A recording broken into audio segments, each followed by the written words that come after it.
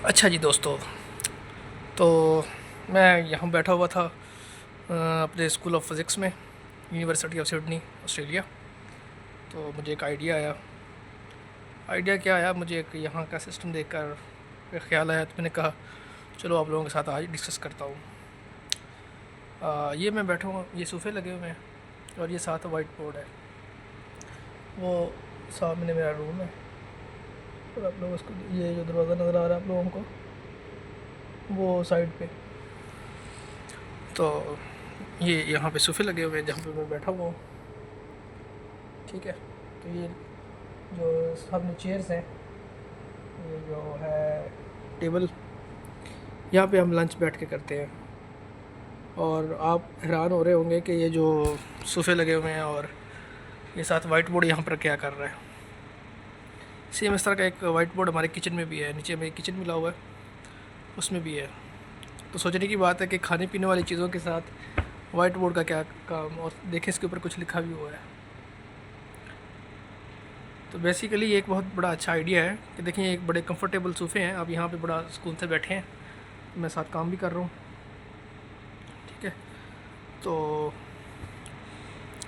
यहाँ पर अगर ड्यूरिंग लंच आपको कोई आइडिया आया है तो यहाँ सुपरवाइज़र बड़ा दोस्तों की तरह ही हमारे साथ बैठा होता है, तो आप यहाँ पे उसको आइडिया दे सकते हैं। कोई भी बंदा अपना आइडिया डिस्कस कर सकता है यहाँ पे बैठ के। तो किचन में भी वाइट बोर्ड है और यहाँ लंच के साथ भी। और फंडिंग इनके पास काफ़ी होती है हर जगह। इन्होंने बड़े अच्छे कंफर्टेबल सोफ़े रखे हुए हैं, बड़ी अच्छी लविश किस्म की चेयर्स। फिर किचन में ऊपर इन्होंने एक सीढ़ी चढ़ के ऊपर जाएं, मैं आपको दिखाऊंगा, तो वहाँ पर भी इन्होंने बैठने की जगह बनाई हुई है। तो आप वहाँ पे बैठ सकते हैं, गपशप कर सकते हैं और व्यूज़ अपने एक्सचेंज कर सकते हैं। नॉर्मली तो ये सारी पीछे मेरी लैब्स हैं, ये नीचे आपको पीछे नज़र आ रही होंगी। तो ये कमरे हैं, हर एक स्टूडेंट को यहाँ पे जो पीएचडी के हायर डिग्री रिसर्च स्टूडेंट्स होते हैं उनको रूम्स मिलते हैं। सब अपने अपने रूम्स में बैठे काम कर रहे होते हैं, लैब्स में आप एक्सपेरिमेंट कर रहे होते हैं। तो एक रिसर्च का इन्वायरमेंट है।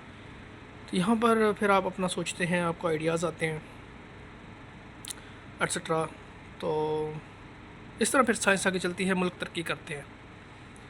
और मैंने जैसे कि अपनी पिछली वीडियोज़ में भी कहा कि हम लोगों को अगर हम ज़्यादा कुछ नहीं भी करना चाह रहे ना, तो हम ये सिस्टम कॉपी कर लें। जस्ट जैसे मैं यहाँ पीएचडी करने आया हूँ, तो मैं यहाँ से पीएचडी करके जाऊँगा अपने मुल्क में, तो मुझे चाहिए कि मैं जितनी मेरी बसात है या जितनी मेरे पास फंडिंग होगी या जितने भी रिसोर्स होंगे, उन रिसोर्स को यूज़ करते हुए,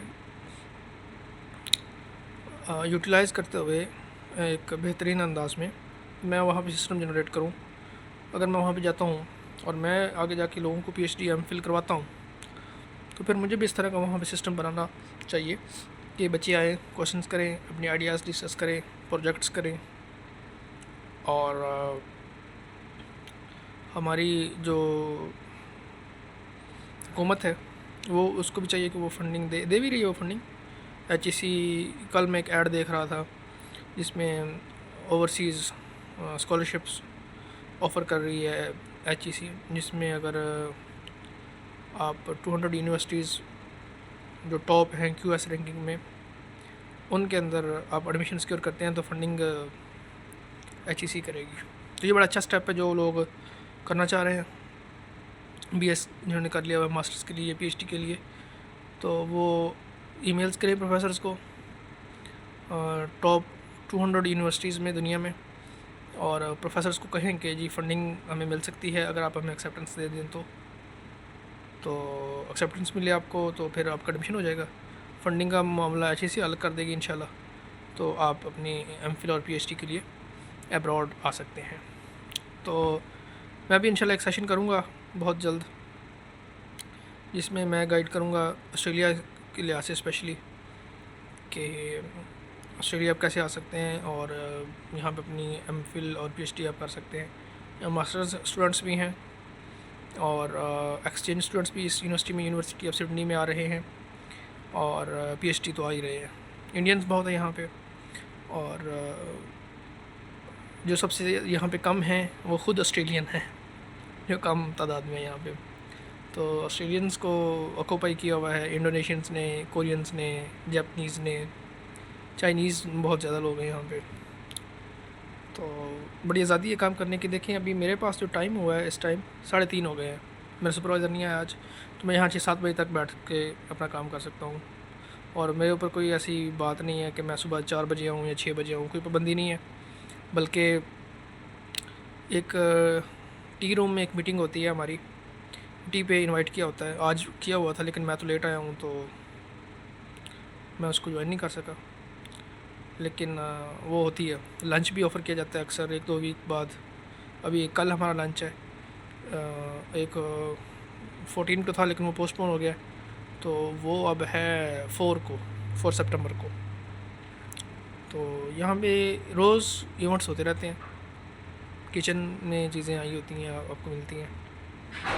तो कोई ऐसी यहाँ पे ना कोई मेंटल टॉर्चर है, ना कोई आपके ऊपर पाबंदी है कि आप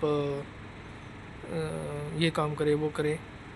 कोई हार्ड एंड फास्ट डेडलाइंस भी नहीं है, और बड़ा ज़बरदस्त सिस्टम है। जैसे मैंने आपको बताया कि मुझे ये मैकबुक एयर जो है ये मिल गया था 1-2 दिन के अंदर ही। कोई मैंने उसके लिए एप्लीकेशन तो ऑनलाइन सबमिट करवाई थी, सिंपल सी। वो भी 4 ऑप्शंस थे मेरे पास कि आप डेल के 2 वेरिएंट्स थे और 2 मैकबुक के, कि आप कौन सा लेना चाह रहे हैं, अपनी मर्ज़ी से ले लें। तो मैंने मैकबुक चूज़ किया, तो 2 दिन बाद वो मेरा आ गया। उसके साथ मुझे एक जो स्क्रीन है वो मिली है, माउस की body everything ready, room ready. तो ज़ाहिर है जब मुझे इतना ये फैसिलिटेट कर रहे हैं तो मैं भी यहाँ पे कुछ काम करके जाऊँगा इंशाल्लाह, तो जिसका ये बाद में फ़ायदा उठाएंगे। तो इसलिए जो पाकिस्तानी स्ट्रगल कर रहे हैं, और बहुत सारे लोग ऐसे हैं जो स्ट्रगल के दौरान में स्किप कर देते हैं, तो उनके लिए मेरी रिक्वेस्ट है कि आप अपनी स्ट्रगल जारी रखें। मैं एक निकम्मा तरीन इंसान ऑस्ट्रेलिया में अगर आ सकता हूँ, तो आपको एक एग्ज़ाम्पल देता चलूँ। मुझे याद है मैंने मोटिवेशन के लिए रखी हुई है, आप लोगों के साथ शेयर भी करूँगा किसी दिन। 24 सितंबर 2024 और 24 सितंबर को मैंने अपने सुपरवाइज़र को पहली ईमेल की थी, और मैं ऑस्ट्रेलिया में पहुंचा कब, 14 जुलाई 2026, यानी कि पहली ईमेल मैंने सुपरवाइज़र को कब की, 24 सितंबर 2024, और यहाँ मैं कब पहुँचा, 14 जुलाई 2026। पौने 2 साल का ये टेन्योर बनता है। तो ऐसे नहीं होता कि आप एक दिन ईमेल करें और अगले दिन आप ऑस्ट्रेलिया आ जाइए। तो लकीली होता भी है।